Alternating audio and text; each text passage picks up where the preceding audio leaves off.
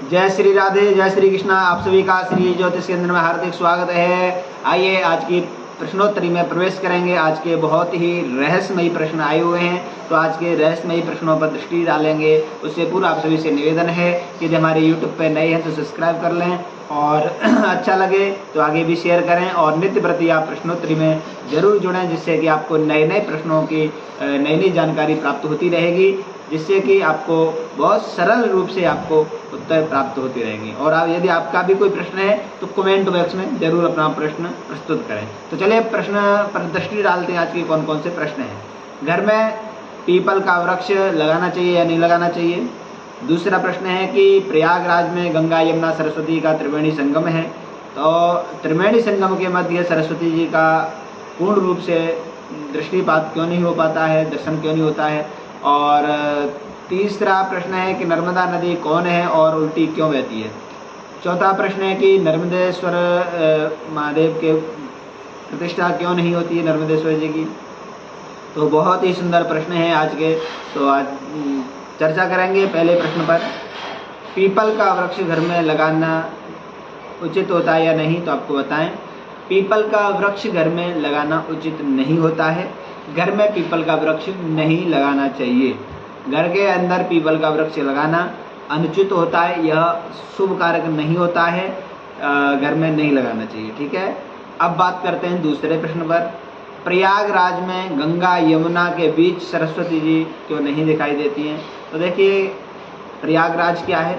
प्रयागराज है तीर्थों के राजा, और प्रयागराज में जो संगम है गंगा यमुना सरस्वती का त्रिवेणी संगम है, बहुत ही अद्भुत संगम है, बहुत ही अलौकिक संबंध है, संगम है, जो कि यह संगम कहीं पर भी नहीं है जिस प्रकार प्रयागराज में संगम है। इसलिए प्रयागराज बहुत ही महत्वपूर्ण स्थान है जहाँ पर गंगा यमुना सरस्वती का संगम है। तो चलिए, तीनों नदी विशेष महत्वपूर्ण है, तीनों नदी विशेष ही रहस्यमयी है, तो तीनों का स्नान करना विशेष महत्वपूर्ण माना जाता है। तो चलिए आज आपको बताएंगे कि यमुना, गंगा और यमुना के बीच मध्य में सरस्वती जी का जो प्रवाह हो रहा है वह दर्शन क्यों नहीं हो पाते हैं। तो आपको बताएं, इसमें रहस्य ये है कि सरस्वती जी पूर्व काल में स्वर्ण भूमि में बहन करती थी। स्वर्ण भूमि में बहन करने के कारण स्वर्ण राष्ट्र पड़ा, स्थान का नाम स्वर्ण राष्ट्र पड़ा। अब स्वर्ण राष्ट्र को ही सौराष्ट्र बोलते हैं। सौराष्ट्र क्षेत्र में सरस्वती जी रहती थी, परंतु वहाँ पर बढ़िया विधि विधान के साथ पूजन पाठ तो होता था, पूजा पाठ अर्चन वगैरह अच्छे विधि विधान के साथ हुआ करता था। किंतु सौराष्ट्र प्राचीन काल में पूरा मारवाड़ भी अपने अंदर समेट लिया था और बड़े ही प्रेम भाव से पूजा होती थी। लेकिन समयानुसार परिवर्तन हुआ तो युवा वर्ग की स्थिति में, जो कि माँ सरस्वती जी के स्थान को अपवित्र करना प्रारंभ किया, उस समय अपवित्र के प्रभाव से सरस्वती जी को पीड़ा होने लगी। तब सरस्वती जी ने ब्रह्मा जी से निवेदन किया। ब्रह्मा जी ने सरस्वती जी से कहा कि आप स्वतंत्र होकर के कहीं पवित्र स्थान पे जा सकती हैं। तब जाकर के सरस्वती जी ने अपने स्थान को परिवर्तन किया और जाकर के विचार किया कि प्रयागराज तीर्थों के राजा हैं, क्यों ना प्रयागराज स्थान को स्वीकार किया जाए। उसी समय सरस्वती जी ने प्रयागराज तीर्थों के राजा वहाँ पर पवित्र स्थान को स्वीकार किया, जहाँ पर गंगा यमुना सरस्वती के मध्य भाग में, मध्य स्थान में सरस्वती जी ने स्थान स्वीकार किया, जहाँ पर पवित्रता से, निर्मलता से सरस्वती जी बहन करती हैं। जो कि सरस्वती जी बहुत ही पवित्र और निर्मल रूप से बहन करती हैं और सरस्वती जी को गंदगी स्वीकार नहीं होती है, उनको अपवित्रता स्वीकार नहीं होती है। तो जिस प्रकार माँ सरस्वती जी ने पूर्व काल में अपने अपवित्रता जैसे पीड़ा को झेला, उस स्थिति के कारण सरस्वती जी प्रयागराज में भी गुप्त रूप से ही बहन करती हैं। जो कि सरस्वती जी विद्यमान हैं, लेकिन ज़्यादा अपना प्रभाव न दिखा करके शांत रूप से प्रवाहित होती हैं। तो यह सरस्वती जी का अलौकिक रहस्यमयी प्रश्न रहा, बहुत ही अच्छा प्रश्न रहा, जो कि सरस्वती जी के नाम भी कई रहे। ऋग्वेद में अन्वती नाम भी रहा, ऋग्वेद में उदरकवती भी नाम रहा, और महाभारत में सरस्वती जी का जो नाम प्लक्षवती भी रहा, और वेदस्मृति रहा, वेदवती रहा। इस प्रकार से सरस्वती जी के और भी कई अनेक नाम रहे। अब बात करते हैं तीसरे प्रश्न पर। तीसरा प्रश्न है, नर्मदा नदी कौन है और उल्टी क्यों बहन करती है? तो देखिए, आपको बताएं, सभी नदियां सीधी दिशा में बहती हैं, लेकिन नर्मदा ही एक ऐसी है जो कि उल्टी दिशा में बहती है। लेकिन कारण क्या है? कारण यह है, देखिए, कारण वैसे अनेकानेक हैं, सबके अलग अलग भाव हैं, परंतु जो सामने आया वो आपको बता रहे हैं। नर्मदा शिव जी के पसीना से प्रकट हुई, ऐसा माना जाता है। और दूसरी एक कथा आती है, वो कथा के अनुसार देखा जाए तो मेखल की पुत्री नर्मदा हुई, जो कि मेखल ने ये प्रतिज्ञा की थी कि मैं अपनी बेटी नर्मदा का विवाह उसी के साथ करूँगा जो गुलकावली नाम के पुष्प को लेकर के आएगा। गुलकावली नाम के पुष्प को जो लेकर आएगा, उस राजकुमार के साथ विवाह करूँगा। तो एक राजकुमार जिनका नाम सोनभद्र था, सोनभद्र नाम के राजकुमार उस पुष्प को लेकर के आए। तब यह निर्णय किया कि सोनभद्र के साथ विवाह संपन्न किया जाएगा, लेकिन उस समय विवाह नहीं किया सोनभद्र ने, वापस अपने राज्य गए।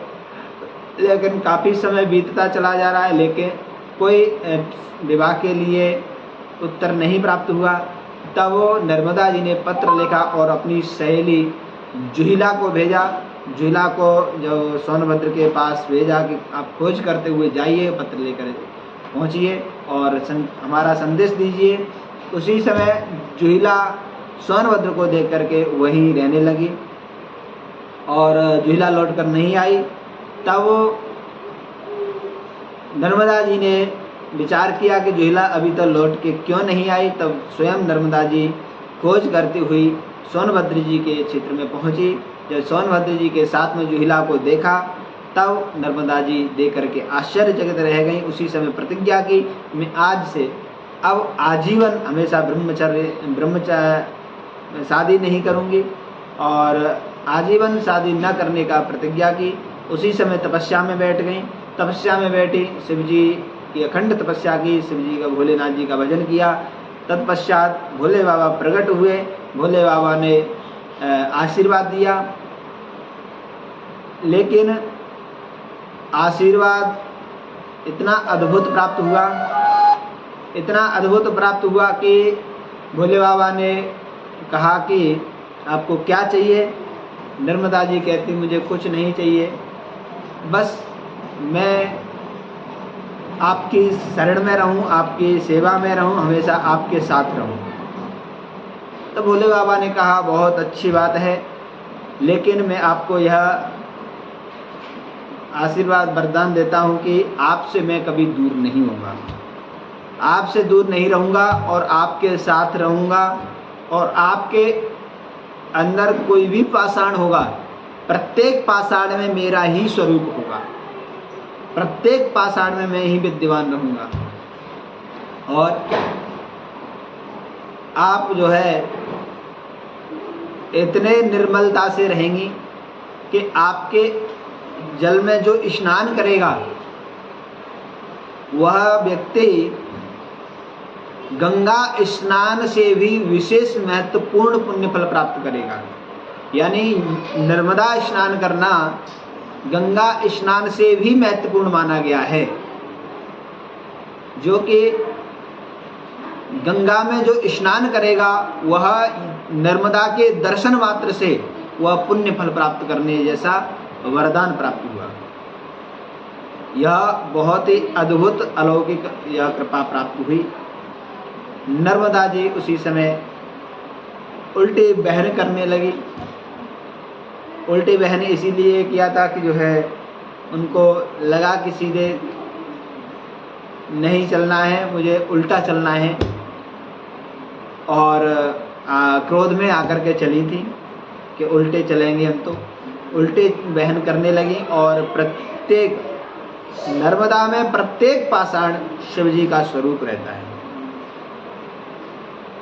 अब आपको बताएं, जो पार्थिव शिवलिंग पूजन होते हैं, पूजन करते हैं, नर्मदेश्वर पूजन करते हैं, तो नर्मदेश्वर कहाँ से प्राप्त होते हैं? नर्मदा से। नर्मदा में से ही नर्मदेश्वर जी को लाते हैं और उनका ही पूजन करते हैं। अब आपको चौथे प्रश्न के बारे में बताएं कि चौथा प्रश्न है कि नर्मदेश्वर की प्रतिष्ठा क्यों नहीं होती है? इसीलिए नहीं होती है कि शिव जी ने नर्मदा को वचन दिया था कि मैं आपके हर पाषाण में, आपके नदी में जो भी पाषाण रहेगा, हर पाषाण में मेरा ही स्थान होगा और प्रत्यक्ष रूप से रहेगा। उसमें आवाहित करने की आवश्यकता नहीं होगी, प्रतिष्ठा करने की भी आवश्यकता नहीं होगी। इसीलिए नर्मदेश्वर महादेव की कभी भी प्रतिष्ठा नहीं होती है, प्रतिष्ठा करने की आवश्यकता नहीं होती है, उन्हें आवाहित करने की आवश्यकता नहीं होती है। भोले बाबा शीघ्र ही प्रसन्न होते हैं। नर्मदेश्वर जी की पूजा करने से भोले बाबा अतिशीघ्र प्रसन्न हो जाते हैं। इसलिए बहुत ही महत्वपूर्ण आज के जो प्रश्न रहे, बहुत ही रहस्यमय प्रश्न रहे, बहुत महत्वपूर्ण प्रश्न रहे। इसी प्रकार आप सभी के प्रश्न आते रहें तो बहुत अच्छा लगता है।